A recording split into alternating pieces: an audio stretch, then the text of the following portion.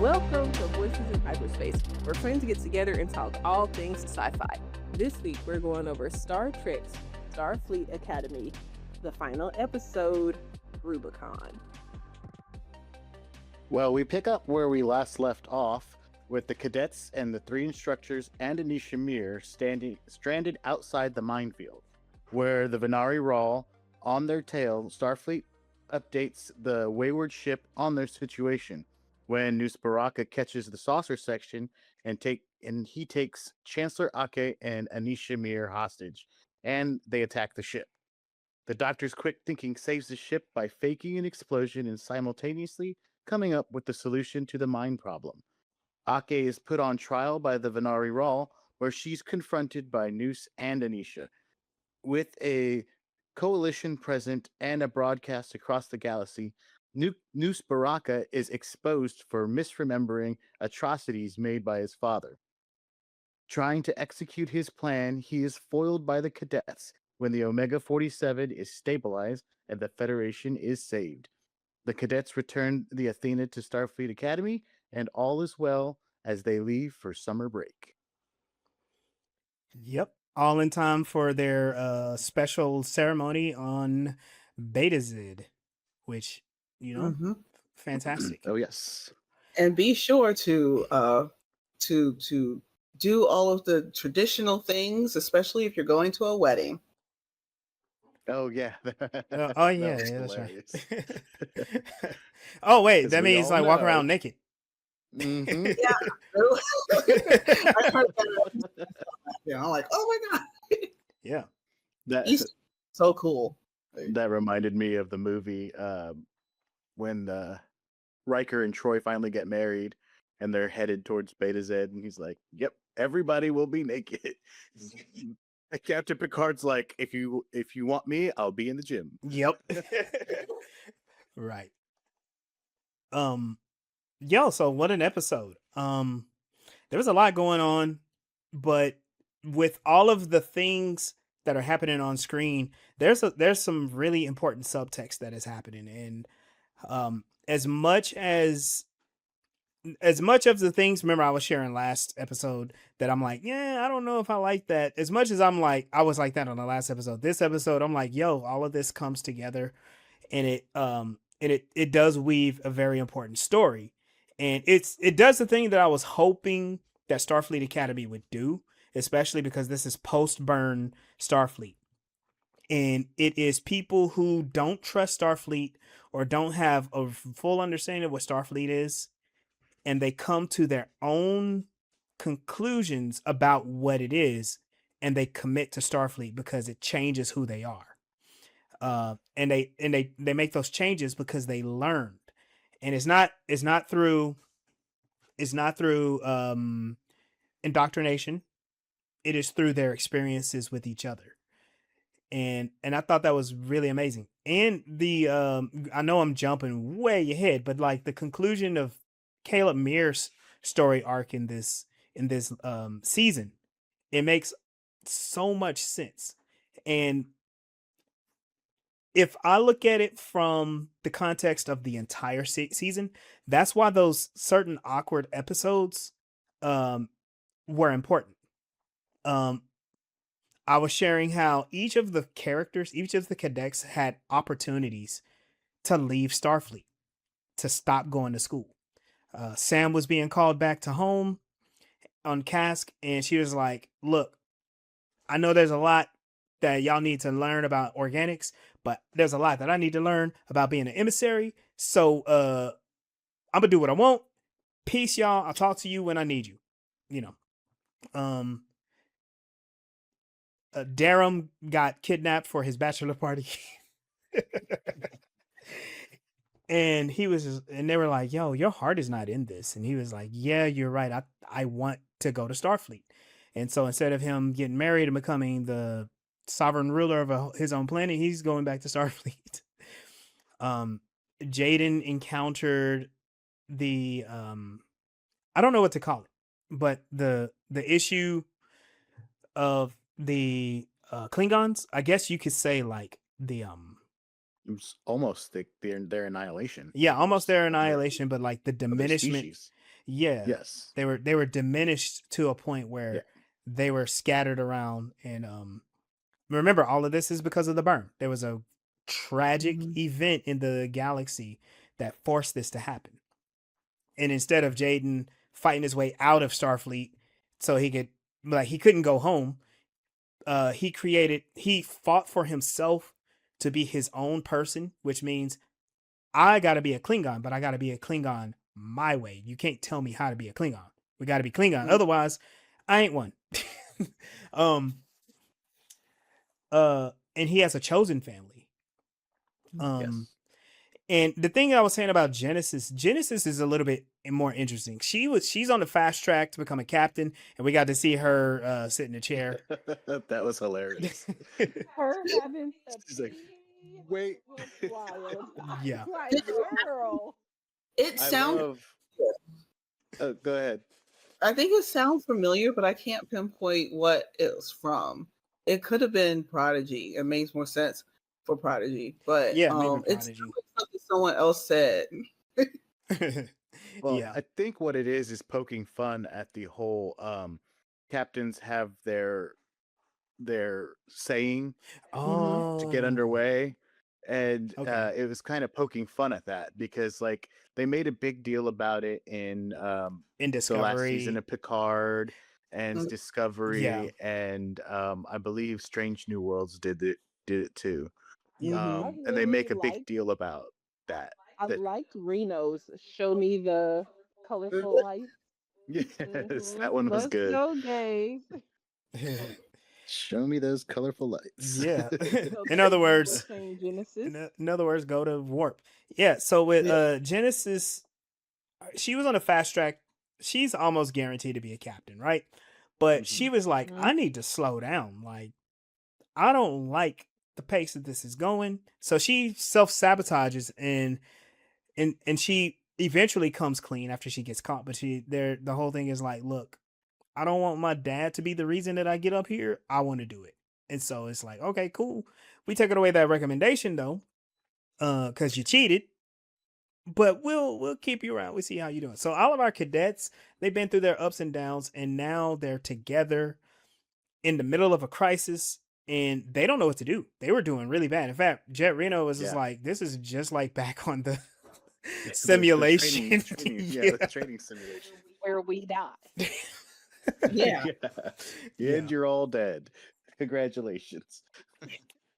But she goes ahead, she affirms the cadets. She doesn't just yell at them and be like, y'all, you suck. No, she's like, look, mistakes happen, but the best place for you to learn is after you make some mistakes. And that's when she was really spending her time with Durham. Like, she said, I totaled 3 shuttles. And that's not an easy thing to do. But She was a great teacher this episode. A yes. very good teacher. Yep. Yeah. She kept a very I patient saw a tone. lot. I saw a lot of myself in her when this episode happened because she is full of sarcasm. She is so cocky and confident in herself and her ability. And then she is able to like to loan her confidence over to the cadets because she sees, the potential in them and knows that Mhm. I can't give you the answers. Yep. And if you fuck this up, we're gonna die. Yep. You got this. So don't die. Mm-hmm. Yeah, it was really good. You go and take somebody's teenager that you didn't raise yourself onto the highway and expect them to drive a car. Like, I'm very much putting my life in peril every time I do it, but you got this, kid. Come on, let's get it done. I got a question for y'all. As much as the atrium looks really cool, who else was filling the saucer section of the Athena? That was kind of cool to Yeah. me. I Yeah, was that just was like, kinda yo, cool. that could just be the ship. I kind of feel like it really is. And the other part is like the extra for the school. The atrium, yeah. Yeah. It's It's- like oh, go ahead. Sorry. Because the salsa the salsa section is like the command, right? Yeah. Yes. And the atrium is where the kids go hang out, like their commons area. In classes and all that stuff. Yeah. Unlike other saucer sections in the past, Yeah. this one actually can go to warp. Yes. Mm. Yeah. That I thought was really cool. It has its own nacelles, which is Yes. interesting. But she called them the reserve nacelles, Yeah. something like that. It might have been the last episode. Which Yeah. has been a problem for the other ships in the past, where like if we separate, then the other part that's separate from the nacelles is kind of stranded a little bit. All right, Yeah. not And I think entirely. it's kind of amazing that they have that adjustment, especially with the children. You may need to separate from the school to protect them. Like, okay, we are Starfleet and we do have to fight, and we're living in this really dangerous time. So set this up to like set them up for success instead of Mhm. making them sitting ducks and it being dangerous for us to have to take them into all of these Yeah. kinds of combat ready situations when they're not prepared. Because we saw in that one episode that kid, she was just screaming. Oh yeah. The hospital, get her out of here. Oh yeah. They kind of answered a question for me. Remember, I was asking like, what do they mean by the Varanari Raw Empire? So it's not really an empire. It's just they just being bombastic about it. Mhm. Which then makes it makes a whole lot of stuff make sense, because when he had all those people that were watching the trial, when Nus Braka had all of his allies and people watching the trial, they were just trying to be like, what is this dude even talking about? Yeah, they were people, I think, that they want that because Vance said it earlier. He's like he's starting a coalition to try to get them to become an empire, and Yeah. that's what all those people were standing there watching. Is like, okay, make a point. Tell us what we're gonna Like, what you want us to do. yeah. Yo, who does that remind me of? Is that Ben Shapiro? Or who's the other guy? The The one, um the one that passed. no. The Uh, the other one is really hard to describe them because they're all not let me is it not no, the it's little one? it's the big one. The one that changed my mind the changed my mind guy. Oh, um, I forgot his Oh my name. god. It's all When the good tip of- because it's not important, but this episode kind of illustrates that. He made a lot of noise, but when he got challenged, he got shut Mhm. all the way up, and now he's kind of hiding away from some really good interlocutors, and people are just Mhm. like, all right, you're not. It's all right. I gotta say this part because uh I was hoping to save it so I can like make this point later. But you know what? I think this is a good time as any.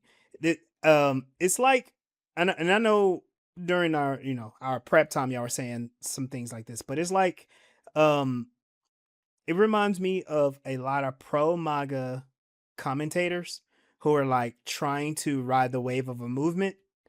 There's a lot of people that are not happy in the country, and they are trying to make their own team, and now they're finding out that the person that's trying to lead it sucks, and so they're kind of like scattering away, and then the people who are trying to capitalize on that are being left out in the cold. Mhm. Oh yeah. Yeah, I'm not gonna name anybody, but that's kind of like my take on what was happening in that trial, because it's like his whole thing, Nus Baraka's whole thing was like, this is the truth about the Federation, and then everything that he says, everybody's like, none of what you just said happened. Like none of that happened. Right. And then he tries to backtrack and be like, "Oh, they're just making it up." Yeah, Yeah. they're brainwashing you. Yeah, brainwashing and they're making this up. It's not real science, and Mm-hmm. or You can't Well, because trust they- them. Calling it propaganda and they're calling it science. Go ahead, PJ. Oh, I was gonna say they brought facts. Like Yes. she asked Caleb, she was like, Caleb, what color is the firepower of the Federation? He's like, well, in the last last century or so, it's only been green or blue. Yep. And it's Mm. like, well, why was, if they rained down red fire, who's what was red? And he's like, well, that what was it called? I The forgot. It's a certain type of. Lithium, whatever They, the supply that they actually had left that they were going to be using to trade with the yeah, Federation for materials. and it wound up being his own people that Yeah. actually did that. Yep. Specifically, his father. mm-hmm. Hmm. Yeah. So, are And you this is telling me that Nus Baraka was a victim of a false flag? what I'm Mm. telling you is that he is a victim of a system that created a problem and then tried to be the solution. Uh-huh. Yeah. Hmm. Oh. Yeah. Yeah. Yeah. Very, very, very important. Very interesting. Very interesting. Interesting. um. Let's talk about Anisha. So, what were y'all's expectations before this episode for Anisha? Mm. Oh man, I thought that she was going to be a bad guy. Like that it was very likely that she was just going to be fucked up. And like even if when she originally got arrested, she was telling the truth at that trial, that going 20 years without your son was going to do like well, I hate to say it like this, but would have revolutionized her against Starfleet. Yeah. Radicalized. And It would have radical. Yeah. I got Radicalized. what you're saying. thank you. Yeah. That is what I meant to say. And it technically did, but it didn't take her so far to where she wasn't able to do what was in the best interest of what she's, out here fighting for in the first place, which is her son. And it was, some really thin ice, like that this whole episode was skating on, putting the power in the hands of a traumatized individual that is just like so ready to push the red button. Mm-hmm. Mm. And That goes along with the other parallel that we was talking about because in real life, Muse kind of represents someone who takes advantage of people in bad situations and tell them, "I am your solution. They're the problem." Yep. And mhm. she's kind of like the public that's being manipulated because they are pretty much traumatized from a bad situation and have seen the negative of the opposing side without getting the opportunity to see the positive of it. And then her son coming in and being like showing the positive side of it that she never got to see, Mm-hmm. kind of Uh, the even things out, which would be nice in real life, but you know. the Rarely interesting happens. thing about the whole trial was it was kind of like a therapy session for her because she got to get out all of those feelings she had against Ake, and she was telling him straight to her face, and Ake was just sitting there taking it, and it's like, well, yes, yes. And then when Caleb arrived, he made his point and said, "Hey, mom, look, I mean, you can hate her and all this, like, yeah, but I found my way despite my hatred towards all of this, Mm-hmm. and maybe someday you can too." And Ake said, she said, "Do you know what you did?" And honestly, I don't even think she really realized what Ake was saying. Ake was telling her that she was the one who did it. Like your decision, whether it was out of desperation or not, to help Deuce Baraka murder that man, set everything in motion. It Mhm. it not only did it take her son away, but it also it forced Ake's hand to give her that sentence, and it forced Nus Baraka to. It created what they The created him. circumstances. Yeah, the circumstances of him being uh hating Ake and wanting revenge on her so much. And it's like it all goes back to that one little decision that Anisha made. Having the parallel that was brought up about the officer that died, right? Hmm. Because we're just like, an officer died. Like he was just some kind of what is it called in acting when you're just a side note, you're in Oh, the like an audience? extra. Right. Like just some random extra Uh, died. He was And it's wearing a Nah, red like, we shirt. no. He red was, he was, shirts. he was, he We was wearing call a red shirt. I mean, in Trek we call And them red shirts. yeah. so we just like have a red shirt that died and nobody really is taking into consideration how important that was. And when Tarima said to Caleb that what we're doing over here trying to bring down the barrier is about to save hundreds of planets and trillions of people, but if we go do what you want to do, it's going to save two very important people. No, bitch, you wrong. Yep. Us taking down the barrier is going to unleash the armada that we need to go save those two people. Is what she said technically right? But you reframe it in a way to a person who is struggling with what he's been told to do, and y'all done stripped him from his mom. He then grew up by himself in the wild. Y'all done now put him in a situation. It's like jail and death, or you come to your oppressors and like work for us. And the carrot that they're dangling in front of him is to get his mom back. And now I've got my mom within arm's reach. And you want me to go save the oppressor again before we go and get my mom? You want me to put my shit on hold?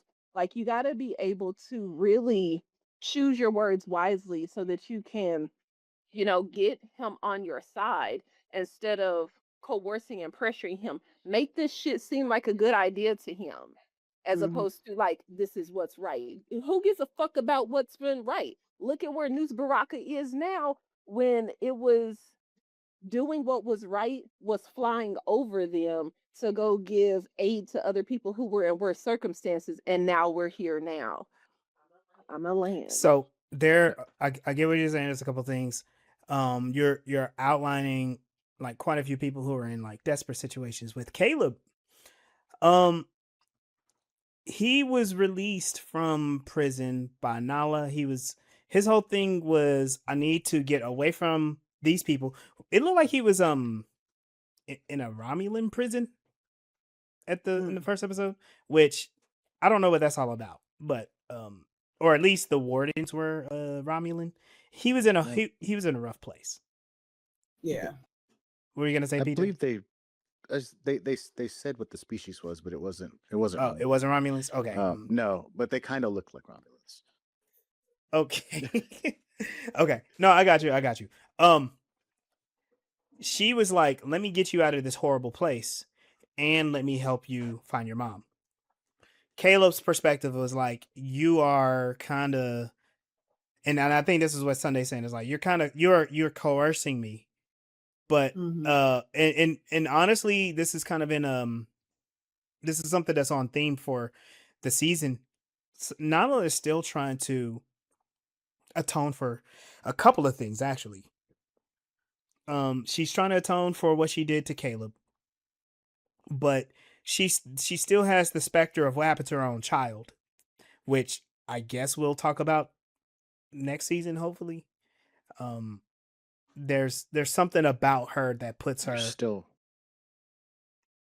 still mystery behind it. Yeah. There's something about her, I guess, that was disconnected. She put principles above everything, and it cost somebody their life. And her sending Caleb and sending Anisha to prison and separating her from Caleb was her putting principles above people. And I think for her, she had to learn, yeah, these principles are important, but still you got to take care of people. And she's been weaving her way through that.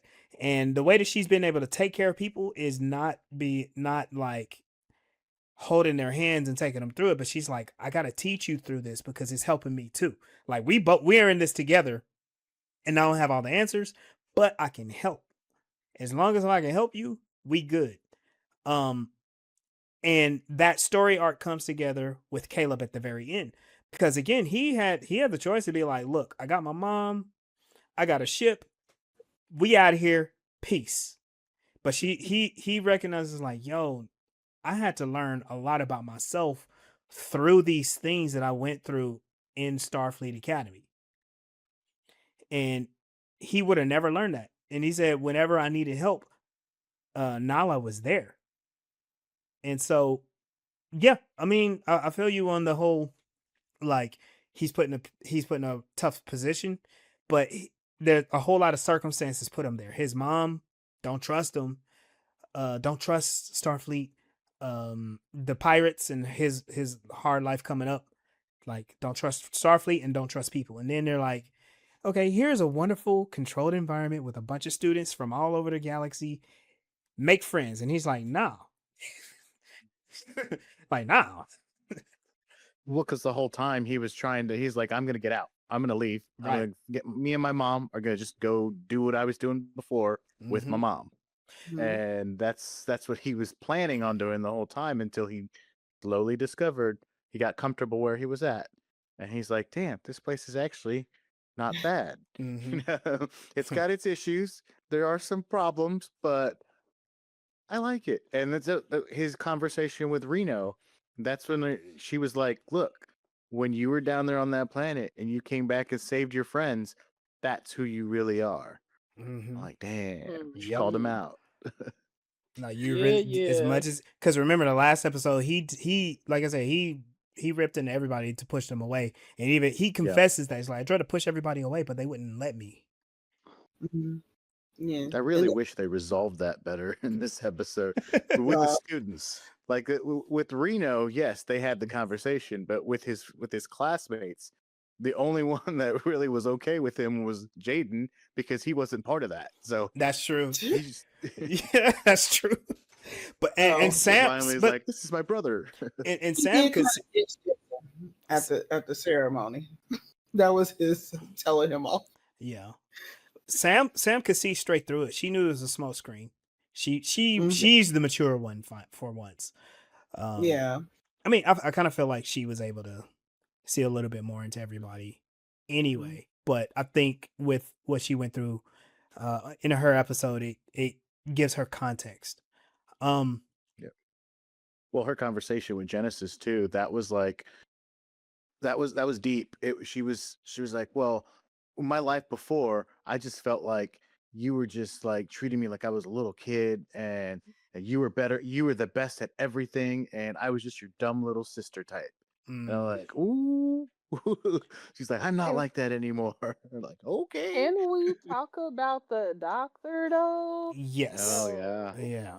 he I'm got glad you really said that. messed up. Yeah, go ahead, babe. Lead us into that. No, you go ahead.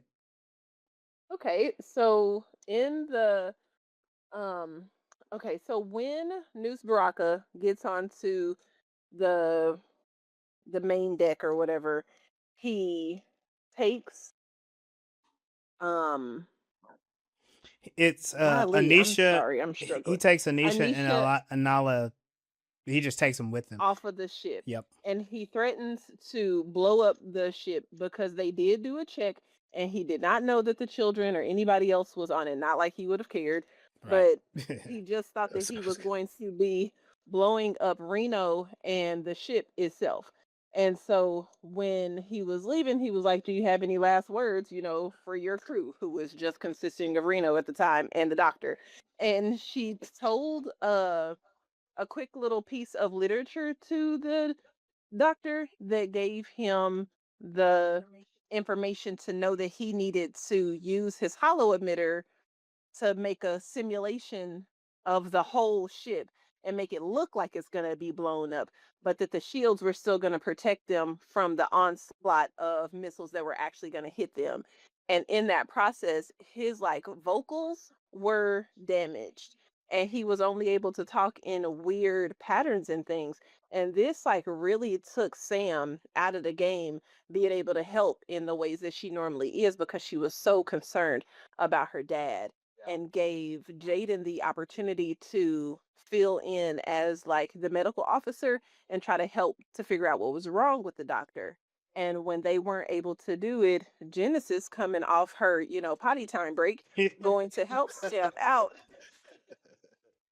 was able to like really listen and hear where Sam was coming from and let her know, like, I understand that that's your perspective of things, but I never looked at you like that. You are always out here saving us, and I highly respect you. And I know that you can figure out what's going on with your dad, and I really need you to do that now. Like, come on, work with me. And in that, they have a connection through a language that only the two of them speak. And then that triggered Jabin to say that the doctor's trying to talk to us and we just can't understand. And so they started looking more into that and found a way to stabilize the danger. The Yep. Omega 47. Yep. Mhm. Thank you. The What? language. Are you done? No, you go ahead. Go for it.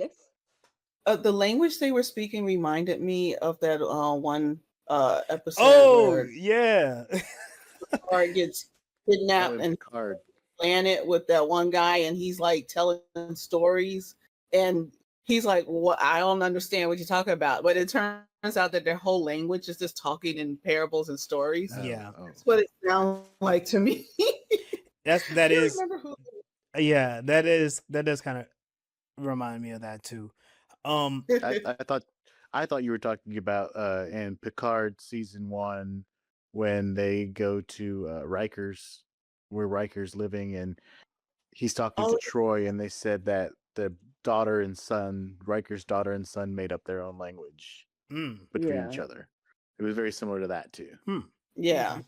So it was probably both, like because they had their own language together. Because she said, I don't know if maybe I just thought that maybe her and the doctor had that language too together, and then the two of them had the language together, the two girls.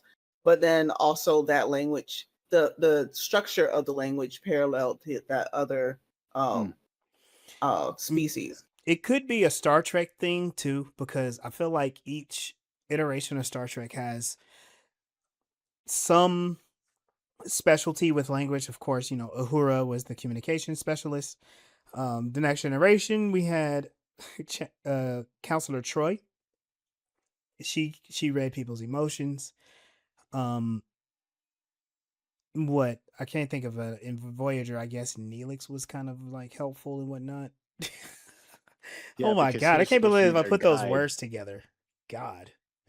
Sorry. But it could be a unique Star Trek thing because remember, Sam also could communicate with computers, and so she could alter the way that she perceived what was going on with another hologram. There was a thing. Oh, go ahead. Oh, so what I was going to point out was that this episode really highlighted the specific.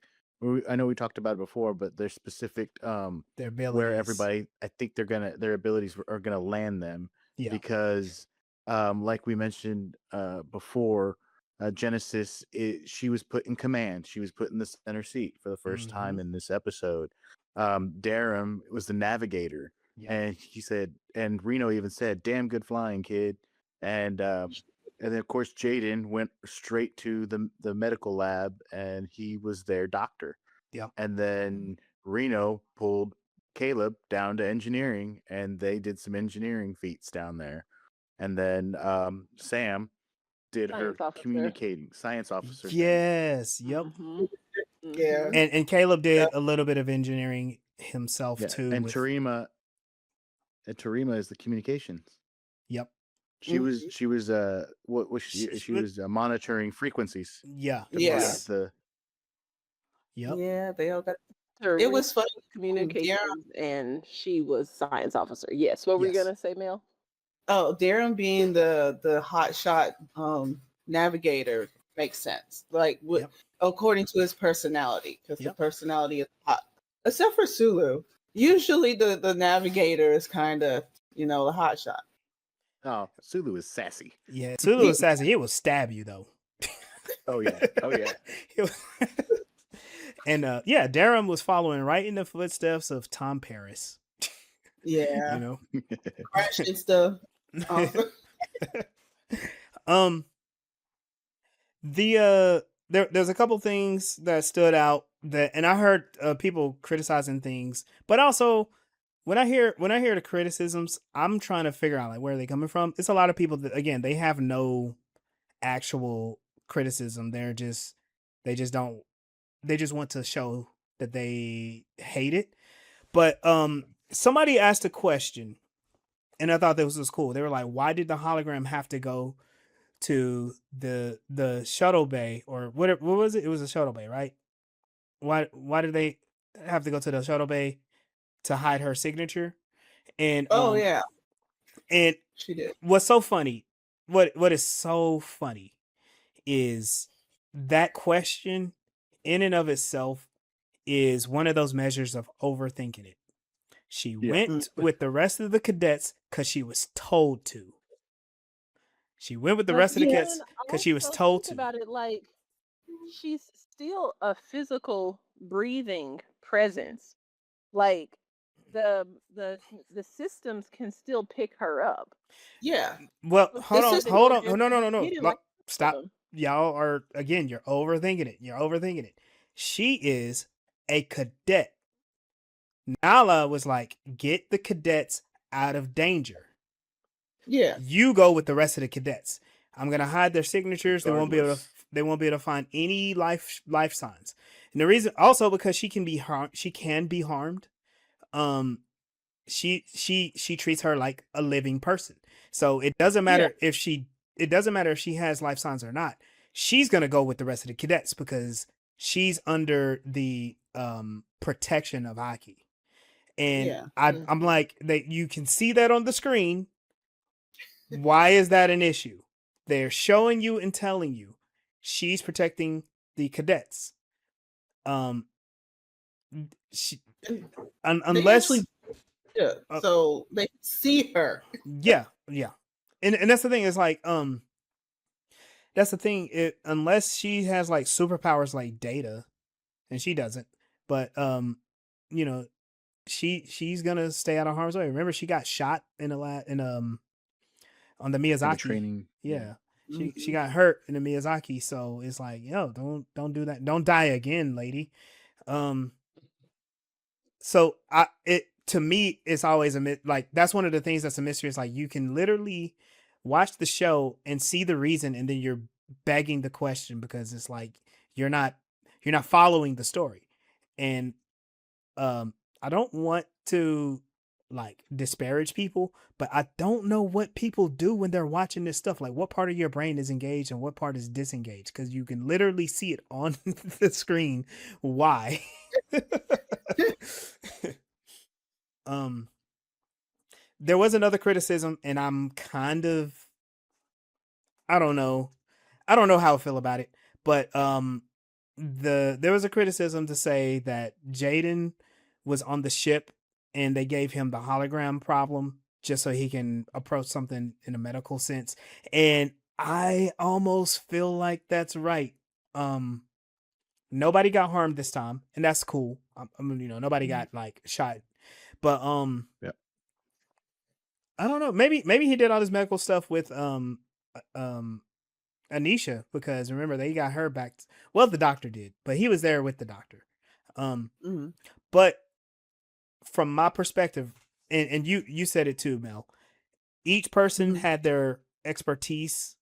They were put into their expertise, and so Jaden had to do something that dealt with his expertise. Um, Mhm. and so I don't think it was a bad thing. I think it was like, look, the next like if you don't have any biology to work with, your next best step is with someone like that's a hologram, something photonic. So But Yeah. the thing is that even from a mental health standpoint, he was able to recognize I'm here trying to resolve this issue, and he has Sam as his like the two of them were sent to do that. And of course, Sam having the ability to maybe tap into her dad and try to run the diagnostics and things and figure it out that way. Uh, Darum had the ability to like take the information that they were getting and trying to get to the root cause of the problem, but also recognizing in Sam that you're on the verge of a mental break. Like, hey, she unraveling down here. We need help with addressing now this problem before it becomes a bigger problem. yeah. Because if she crash out, then what? Mm-hmm. Mhm. Well, I like to add that they're outside of Federation space where there's swarms of pirates randomly. They're going to go look for pirates. They're doomed, and the ship is falling apart. They're doomed to have an emergency, and you kind of need to have a medical person Mm-hmm. in the med bay Yeah. in case somebody gets hurt. So even if he sat there twiddling his fingers, he kind of needed to be there. Yeah. Yeah. He's Yeah. an Yeah. essential Like, worker. Yep. And Voyager. just because it's not like somebody bleeding out doesn't mean that the things that he is doing are not extremely valuable. All right. Right. I wanted to ask y'all questions about the doctor and his hollow emitter. So his hollow emitter is now older. It's weird. He existing in the time years after when it was created, but he's using the same one from Voyager, so it's like 800 years old. I wanted to know what were your thoughts about that. Is he holding on to it for sentimental reasons, or does he Sentimental reasons. absolutely rely on it? I don't think he relies on it anymore because it looked beat up. It was It grimy. looked rough.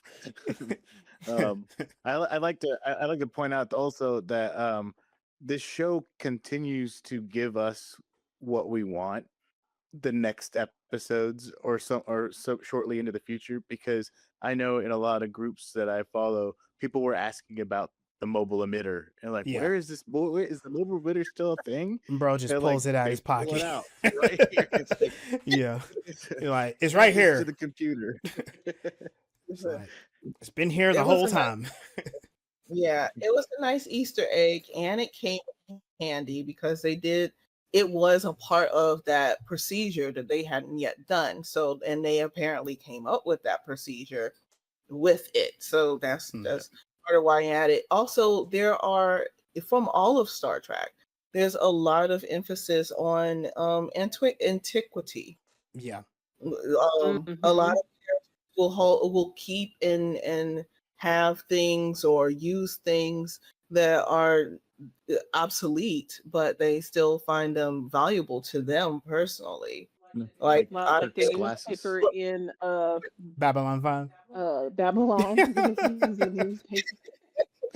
Like Captain Kirk's glasses in the Yeah. original. And his I think it's the film series. his hardback books. He reads Yeah, hardback, yep, his and he had a soft cover book.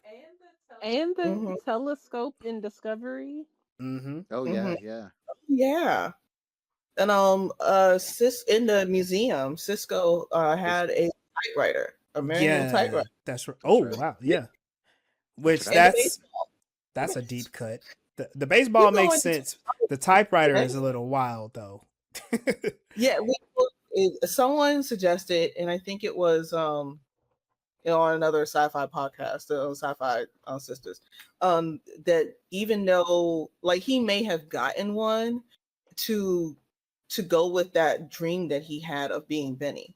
Like it kind of was like, was he really Benny? Was that really Benny's typewriter? But then it's like maybe Cisco had got a typewriter because that dream of his meant so much to him. And Jake was a writer was a too, really good so I episode. wonder if they both kind of got into manual typewriting. Anyway, so a couple of things, because we're kind of wrapping this up. I also wanted to point out that sequence with the ship exploding and then turning into the then turning into the credits, and I'm like, oh wow, this is kind of cool looking. I actually like that a lot. I like that a Yeah. lot. I like that a lot. They ditched the traditional credits that they created for episode 2 and went to Is really kind of like a cold open. Yeah. With Anisha's arc, and then Nus Baraka's arc. Anisha, she has, first of all, Tatiana Maslany, bravo. A lot of facial acting, a lot of loud voices, but she's emoting, right? So Anisha was absolutely done an injustice by the Federation. And so she doesn't trust the Federation. As an audience, we see what Nala does as a representative of the Federation. And they had set it up so well in episode 1 for us to be like, you're going to remove this child from his mother? That ain't right. And so she's coming from that perspective. Like, the Federation ain't right. They hurt me. They left me out here. I'm gonna do what I can to get my son back. But in the meantime, I gotta run away from y'all because y'all are the bad guys to me. And she expressed that during the trial, which real quick, the trial is hilarious. That is like, just to kind of circle back around. That is the epitome of debate me, bro. Yeah. And just a couple of little things. The way that they destroyed the way that they damaged the atrium, it reminds me of the ending of Mass Effect. Yeah. But with Anisha, she came to recognize what was going on with Nala, and she expressed herself. She didn't hold back. She told the truth too. And Nala took it. She was like, "Yeah, I fucked that up." Mistakes were made. Yeah, mistakes were made, and I'm trying to fix it. And when Nus was like, "Well, what is it? Like, why is she on your side?" And she goes, "Yeah, I took her son away, but I told her that I was gonna help her find him, and I did. I kept my word." And it wasn't until Caleb came back to explain his perspective, what he went through. Because remember, he's been gone since he was 5. He's a grown person, but quote unquote grown. He lived a life that led him to that moment where he's like, okay, I had to change. Like, yeah, I didn't like the Federation. Yes, I was afraid, but I had to, like, he recognized that he was trying to hang on to that. Remember, so many of the other characters were explaining, like, why you got to be the messed up kid all the time. You can change. You can be our friend. You're smart. You're smart. You're athletic. Why won't you join the team? Why don't you do this? Why don't you do that? And he's like, nah, son, I ain't part of this. I'm a rebel. You know what I mean? My life is there struggling. Yeah. I'm part of the struggle. And then I ain't rich kids. Y'all got food and beds and stuff. That's not my life. Right. He was trying to he was trying to define his identity based on that shallow image of a hurt, lost child. He's like, I'm not the lost kid anymore. I'm not the lost son. He used to see himself as that, but now he's a darn good engineer. He's smart. He's pretty decent at tactics. He has a girlfriend who taught him how to be safe. All of those things. And then he realized, like, okay, maybe there are other authority figures in my life that I can trust because they don't want to hurt me. They want to help me. Nala saw that, and she was just, they were like, we hope you understand. And by the end of the show, she's like, she still looks tentative. She's like, I don't know what I'm doing, but it seems like this is the right thing to do. Because she's not forcing him to leave Starfleet Academy. In fact, he wants to go for another year at least.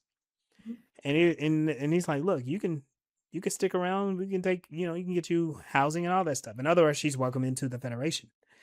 And I thought that was an amazing arc because you take a child from a parent, you are enemy for life, right? Well, and then also, after the beginning, where she initially thought that they destroyed the ship, so she was kind of like catatonic shock. Oh yeah. Because she's like, oh, I just lost my son. Yep. And that's when Ake was like, he's alive. He's trying to whisper to her, he's alive. And like, yeah. Oh, she is like, how is she supposed to tell her that he's still alive without saying it out loud? And she goes over there and hugs her, and she's like, what the fuck are you doing, what are you lady? Like I hate you. I just watched my son die because of you. And she's like, he's alive.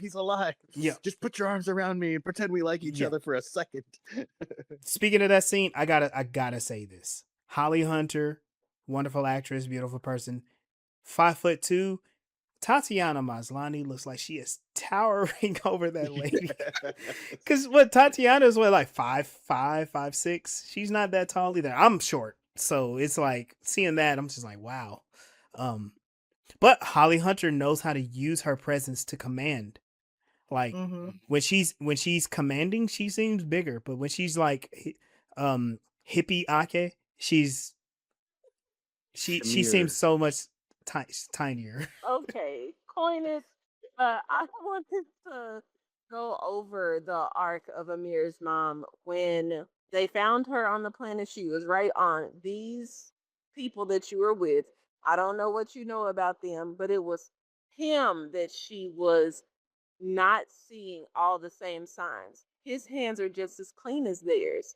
His face is still full and red and round like the rest of these children. He ain't out here on the struggle bus. He just got on a costume. But she's just seeing her son and letting those signs pass her by.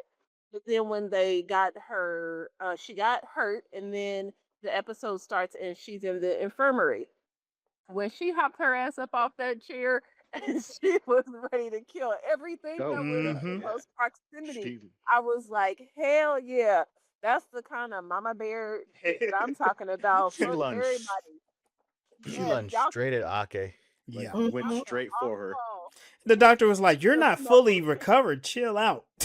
Like, and she didn't care. But she got like shot in her stomach or something, right? She's got hit in the soft tissue. It was bad. The And face she didn't care. Everybody was going down. the face she made when they said six academy students. Yeah, she looked like she could just like, oh, you took my kid and made him one of y'all. Yeah, she's What did you yep. think that they was gonna do? Like, absolutely. Don't be surprised about that. But she was all fiery. And then when they were on the bridge together, she's like, I would love to hold space for the shit you're going through right now. But we got 2 minutes worth of time, with back home to try to get as much information as we can to try not to die. Okay. Yeah. Because your son is still in danger right now. And when she welcomed her to the bridge, and then the decision was made, they're like, "Can you handle a comms like tablet?" And she like, "Bitch, do you think I'm Like, I don't work for you. I know what I'm doing. Oh, what the hell?" The facial expression that she had in that moment was priceless. It And was. I I understand like the circumstances that they were in, but I was hoping for a more like, what is the word? A more Resolution? creative way. No, like a Oh. creative way for her to be communicated that her son didn't die. And just whispering it with the guards standing right there and then hugging, and the guards not like snitching, like, hey, something's up with them. Like they was just embracing one another. That could have like blew her cover with news. And instead of like finding a way to write it on some ash and dust on the table and then wiping it away or something like that, I think would have been a little better. But when she went and was on the trial, you could see the the difficulty in her face Conflict. whenever yeah, when Noose would talk, she would be like, "Yeah, fuck them, fuck them." But then when the girl would talk, or what's the chancellor would talk, her face would just be twisted, like the sound of her voice just makes her like want to vomit or something. It was a masterful performance as she came all the way through. But I could potentially see her being redeemed the way that they tried to redeem, what was that loser's name from Babylon that I hated so much? Oh, Londo. Yeah. Give her that opportunity to, be redeemed and end up working somewhere on a ship for Starfleet and being the type of individual who can show Starfleet their blind spots. Like, hey, you fucked up with me this way, and now this situation is happening. We not gonna fuck up like that again. Yeah. It reminds me of the meme with the housewives where she's pointing at the cat. Oh yeah. And the cat's just sitting there, and Ake's the cat. And then Yeah. Just standing there like, what? Yeah. All right. Last little. Oh, go ahead. Go ahead. Oh, I think Ake hugging her instead of like finding another way to tell her was kind of Ake's thing. It she wants to show love and compassion and Mm, make her feel safe that's a good point. and show her love and patience for people. And it's like, I know I fucked up, but I'm still gonna show you love. And I know you hate me and you're probably gonna try to break my neck if I come to hug you, but I'm still gonna hug you because I still want to show you love.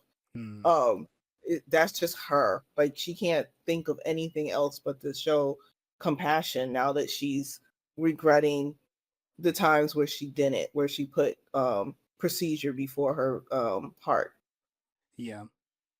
Yeah. Um, I know we got to get out of here in a few minutes. I wanted to kind of wrap it up in a. Not, it's not necessarily a bow, but let's say it's in a box. Um, so the whole series was pretty awesome. I think because one, it is kids. Um, these are children who are learning what Starfleet is, but who they are within Starfleet as well.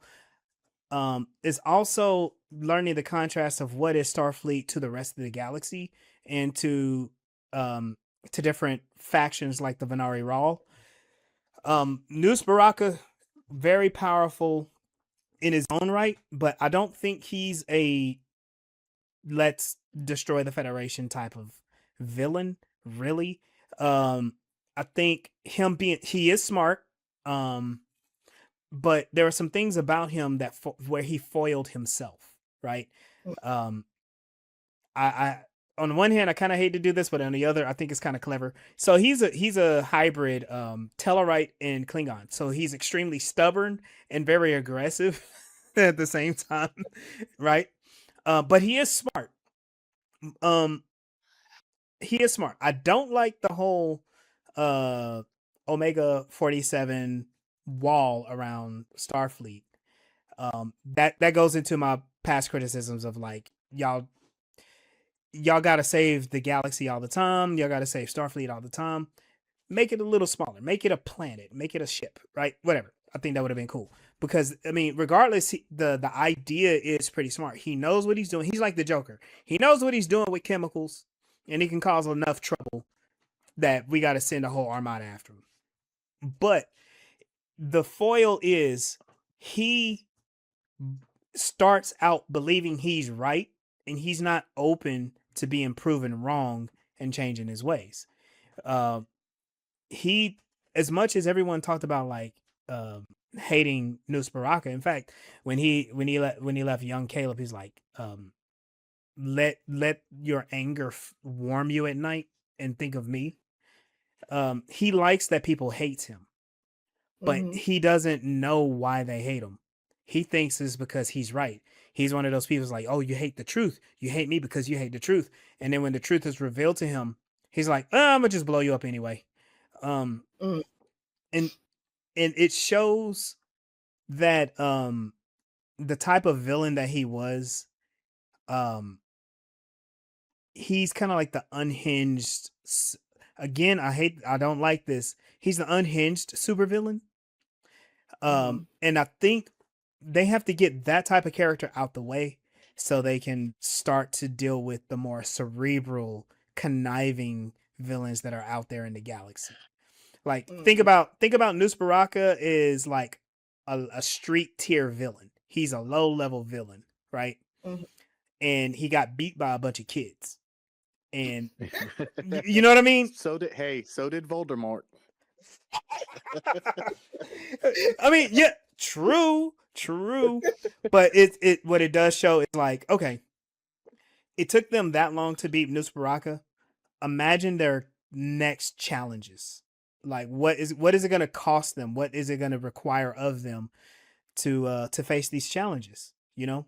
And then Yeah. are all their challenges going to be supervillains, or are they going to be dealing with some science anomalies that is going to require them to like rely on each other and all of their abilities to be able to solve the problem of, you know? Kind of like Mhm. that one season of Discovery where Yes. you had a species that you just did. Yeah. They weren't trying to kill us, but they were killing us. They was killing billions of They were us. doing their own thing. They just didn't know we were sentient. Yeah. We had no idea. We didn't know that what they were, where they were, or Yeah. that they were sentient. They had. Well, It took it some work. it was just like finding the solution to the burn. Like it wasn't a super villain. It wasn't somebody's dastardly plan. It was just a person Yeah. that didn't know what they were doing. You're Mhm. like, oh, Yeah. and then you had to figure out how to deal with that Yeah. individual. Yeah. He And Well, I was mean, just a child. He was a child, wasn't he? yeah, Yeah. he was. Yeah, he essentially was a child. Again, he was kind of like the mirror to Caleb. He had arrested emotional development, and he watched everybody around him die, and he was just like, I can't let anybody near me. Something's Yeah. wrong with me. You know. Oh. And that's like a lot of reality. It's not always the dangers in reality. It's not always sociopaths. Sometimes it's things that we have no control over. We have tsunamis and earthquakes and stuff, Yeah. and it's not like we can do as much as we can, but at the end of the day, we can't change how the universe works or how the planet works. Yeah. All right. Like I'm for this time. Last thing. What are some things that you hope to see in future Star Trek? For me, with Starfleet Academy or any other title, I want there to be a moment where they solidify Starfleet, where the Federation is the way to go, and we turn, like, whether it's one show or a couple of shows, we turn to exploration, we turn to diplomacy. The galaxy is still largely unexplored. you know, there's still stuff out there for them to go find, and if they do find like that next major villain, I would love for it to be something very different. There's a lot of really cool stuff that they can pull from sci-fi, which, I mean, Star Trek does that. They pull a lot of cool ideas from different aspects of sci-fi, and maybe they can have a good take on it. A particular one that I really think would be cool is, what if they finally discover what happened to the Iconians?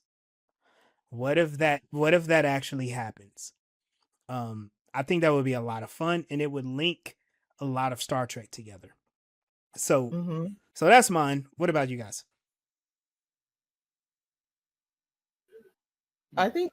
Oh, go ahead, Go ahead. PJ. No, go ahead. I haven't thought of mine yet. Oh, okay. I thought the villains from the Miyazaki were interesting because again, they remind me of Star Trek Enterprise, where they had the What were those the things guys called? from another time period Yeah. altering the Zulaban the same way that these guys were altered, but not as well. Maybe this is like something that happened before they got to the Zulaban and had perfected it, Mm. because these guys aren't put together as well. I thought that would be a nice little connection to something else in Star Trek, because even though a lot of people didn't like Enterprise, whatever. Right. Also, I Yeah. had to wear my pin today because I at the end when Sam says talks to her dad and then goes to her friends and she goes Oh yeah. like, yeah, she's damned. So yeah, I mean, like, Yeah, she's super she's excited. so far my favorite. They keep getting better at like having representation of autism, especially since our knowledge of autism is growing, and finally having a Black female that's showing autism. They're still not human showing autism, but like I've met other people that were Asperger that felt like it was an insult to be called a Spock, or to be told that they act like Spock. Oh That wow. I would be insulted by saying that if anyone told me I act like Sam. Gotcha. So cool. Like they make autism look like real people, even though she's platonic. But it's really, really, really good. It really makes me happy. That has something to do with what I expect in the future, but she will still be there. in the Yes. future with us. So yeah. Yeah. I think I would like to see um, some of the classic style episodes, like some of the old shows, to see their take on them. For Mm. instance, the time travel episodes. Yep. All of the Star Treks in the past have time travel episodes. So I'd like to Yes. see the Starfleet Academy's take on the trope of the time travel episode, and also the fantasy episodes where, like, I think in most of them, especially with the Next Generation on, it was the fantasy episode was always a holodeck episode. Yeah. Yep. So like it was the Sherlock Holmes or the Captain Proton in Voyager, or so they had their own take in uh Strange New Worlds, where it was the storybook story. Yeah. Mhm. Remember that? I don't know if you guys Yeah. saw that episode. That was Yeah, such a cool that was episode. it was really cool. Yeah, and that was basically because the technology of the holodeck didn't exist. This is how they could tackle that whole fantasy episode in Mhm. that That makes show. me think about what was the show? Was it a type of Star Trek where the doctor he was African and his Yeah, that was child was Strange Yeah, New that was the Worlds. one. Yeah, that was a Strange New Worlds episode. Yeah, that That one was was a so try. good. Yep. Yeah. Mbega. Benny wrote that book. Um, I know what you. Oh, okay, I got you. That's cool. Yeah, it's Yeah, on 20s, 30s. Yeah, that he's the author. yeah, that's pretty Which was cool. like, That was like the major connection. Oh. Yeah, yeah. Oh yeah, you're right. that's pretty. Yeah. So I don't really know what I would like to see. The best I can think of is one, they're already putting women in strong and powerful and leadership roles. And if they just continue to progress with highlighting um uh with inclusion, right? If they just continue to highlight inclusion and not making it always man, you know, white centered would be great. I like to see all of the different orientations of sexuality.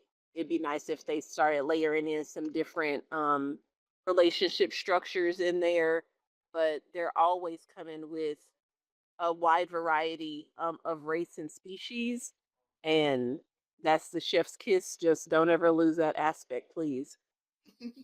Yeah. Yeah. Um. There was one more thing that came to mind. Oh, that's what it was. I do want to see a little bit more outside of the Federation. I guess what would be really cool is Starfleet Academy cadets dealing with people outside of the Federation and either bringing them in or learning about them. We had a little bit of that at the early episodes of the Next Generation, but they kind of veered away from that. So I think this would be a good opportunity. There's a whole galaxy out there that's more than Romulans, Tellarites, Klingons, and Jim Hadar. You know what I mean? So let's figure out who else is out there. With that, let's get ourselves on up out of here. Thank y'all for joining us for this episode of Voices in Hyperspace. You can catch us on YouTube, Instagram, Facebook, and TikTok, all of those at Voices in Hyperspace. I'm Legendary Black Lion, and you can find me on Instagram and TikTok at Legendary Black Lion. I'm Mel Asylum. You can find me at railsrebellion.com and Mel's Rebellion Books on TikTok. I'm PJ3K. You can find me on Instagram at PJ3K. Hey y'all, this is Sunday, and you can find me at a poker table. Until next time, we'll see you out there. Peace.